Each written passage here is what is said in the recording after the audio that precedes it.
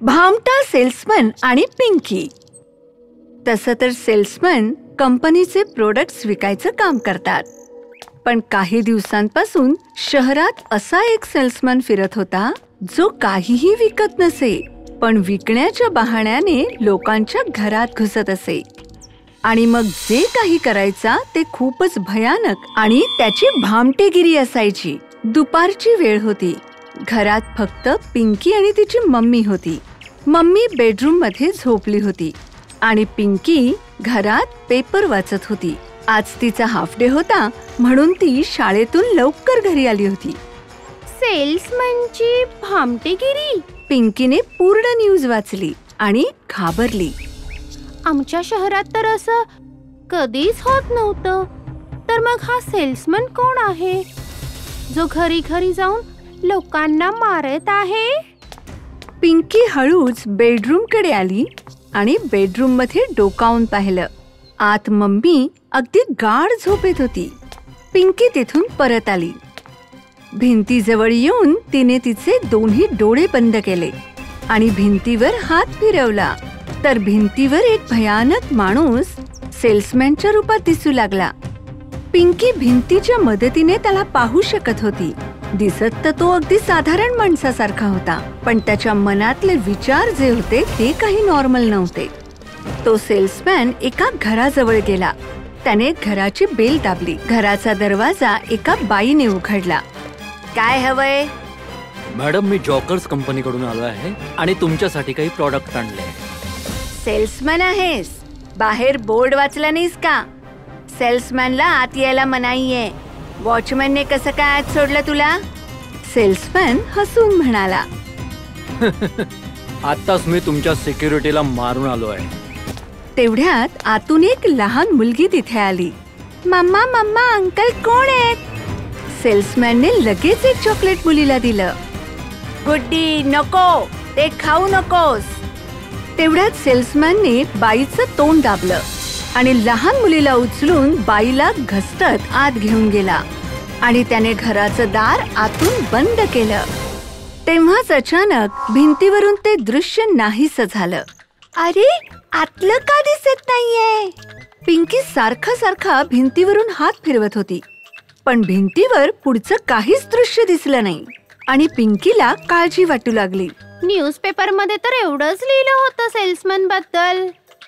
जबरदस्ती सोसायटी मध्ये घुसतो, छोट्या छोट्या मुलांना चॉकलेट्स देऊन आपल्या वशमध्ये करतो, मग आतमध्ये जाऊन काय करतो माहित नाही.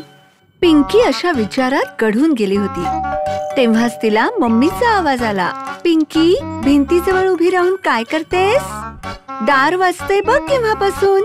मला जाग आली बघ, पण तुझं मात्र लक्षच गेलं नाही. असं म्हणून मम्मी दार उघडायला गेली. मम्मी, दरवाजा नको उघडूस. आणि तेव्हाच मम्मीने दरवाजा उघडून पिंकीकडे वळून पाहिलं. का? काय झालं? पण आता मम्मीच्या या प्रश्नाला काही अर्थ नव्हता, कारण दारात तोच सेल्समन उभा होता. तोच भामटा सेल्समन. काय झालं बेटा? आईला दरवाजा का उघडू देत नव्हतीस? हे ऐकून पिंकी सोबत मम्मीलाही आश्चर्य वाटलं. कोण आहेस तू आणि अचानक अशा कशा गोष्टी करतोयस? मी सेल्समन आहे मॅडम. तुमच्यासाठी चांगले चांगले प्रोडक्ट आणले आहे मी. असं म्हणत सेल्समन हसू लागला. जा इथून, आम्हाला काहीही विकत घ्यायचं नाहीये. तेव्हाच त्या सेल्समनने मम्मीला धक्का मारून तिच्या घरात पाडलं आणि दरवाजा बंद केला. पिंकी धावत मम्मी जवळ गेली आणि तिने मम्मीला आधार दिला. पिंकी, तू मला सोड, पोलिसांना बोलव. पिंकी धावत कॉल करायला गेली. तेवढ्यात सेल्समन पिंकीच्या मागे धावला आणि पिंकी थांबली. इतकी कशाची घाई आहे पिंकी? असं म्हणत तो पिंकीकडे जाऊ लागला. तेव्हाच मम्मीने मागून त्याच्या डोक्यावर फ्लॉवर पॉट मारला. सेल्समन चिडला आणि त्याने मम्मीला जोरदार थोबाडीत दिली आणि मम्मी भिंतीवर जाऊन आदळली. मम्मी! पिंकीची मम्मी बेशुद्ध पडली होती. घाबरू नकोस, तुझ्या आईला काहीही झालेलं नाहीये, बस ती बेशुद्ध झाली आहे. असं म्हणत सेल्समनने त्याच्या बॅगेत हात घातला आणि त्यातल्या पाली काढून पिंकीच्या अंगावर फेकल्या. कोण आहेस तू? पागलखान्यातून पळून आलेलो एक पेशंट आहे मी. सगळ्याला घाबरवण्यात मला खूप मजा येते आणि जेव्हा माझं मन भरून जातं तेव्हा मी सगळ्यांना मारून टाकतो. पण तुम्ही आमचं काहीच नाही बिघडवू शकत. का? इतकं काय विशेष आहे तुझ्यामध्ये? बघायचे का तुम्हाला? असं म्हणत पिंकीने तिचे डोळे मिटले आणि ती वंडर गर्ल बनली. हे पाहून सेल्समन आणखी चिडला आणि पिंकीला मारण्यासाठी तिच्या अंगावर धावून गेला. जादुई मुलगी, आता तुला मी सोडणारच नाही. सेल्समनने पिंकीवर हल्ला केला आणि पिंकी वर उडू लागली. उडता उडता तिने सेल्समनला वर हवेत उचललं आणि ती त्याला घेऊन उडत उडत खिडकीच्या बाहेर आली. तुला काय वाटलं होतं? तू वेडा आहेस तर काहीही करशील? लोकांना त्रास द्यायला तुला खूप आवडतं का? स्वतःच्या फायद्यासाठी तू कोणाच्याही जीवनाशी खेळशील का? नाही, मी असं नाही होऊ देणार. असं म्हणत ती वंडर गर्ल पिंकी हवेतच सेल्समनला बदडून काढू लागली. पिंकीच्या माराने सेल्समन अगदी घायाळ झाला होता. मग पिंकी उडत उडत त्या घायाळ सेल्समनला घेऊन पोलीस स्टेशनला पोहोचली. कोण आहे तू आणि तू उडू कशी शकतेस? आणि हा कोण आहे ज्याला इथे तू आणलंयस? पोलीस अचानक पिंकीला त्या सेल्समन बरोबर बघून चकित झाले. मी कोण आहे? मी उडू कशी शकते? हे आत्तासाठी इम्पॉर्टंट नाहीये सर. इम्पॉर्टंट होतं ह्या अपराधाचं पकडलं जाणं. जो सेल्समन प्रोडक्ट विकण्याच्या बहाण्याने एकट्या महिला आणि मुलांना सतवत होता. ह्याला पकडून मी तुमच्या जवळ घेऊन आले आहे. हे ऐकून पोलीसही चकित झाले. अरे, हा तर तोच आहे, इतका भयंकर अपराधी. हवालदार, आत टाका याला. हवालदारांनी पिंकीच्या जवळ उभ्या असलेल्या त्या घायाळ सेल्समनला पकडलं आणि त्याला लॉकअप मध्ये टाकलं. खूप खूप धन्यवाद तुझे. प्लीज तू स्वतःबद्दल काहीतरी सांग. नाही इन्स्पेक्टर, आता योग्य वेळ नाहीये. आता मला घाई आहे. नंतर पुन्हा भेटलो तर नक्की सांगीन. असं म्हणत पिंकी परत तेथून उडू लागली आणि उडत उडत परत आपल्या घरात आली.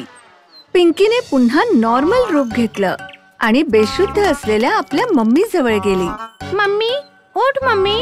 मम्मी, तू ठीक तर आहेस ना? पिंकीच्या स्पर्शाने आणि आवाजाने मम्मी शुद्धीवर आली. शुद्धीवर आल्याबरोबर मम्मी ओरडू लागली. पिंकी, तू ठीक आहेस ना?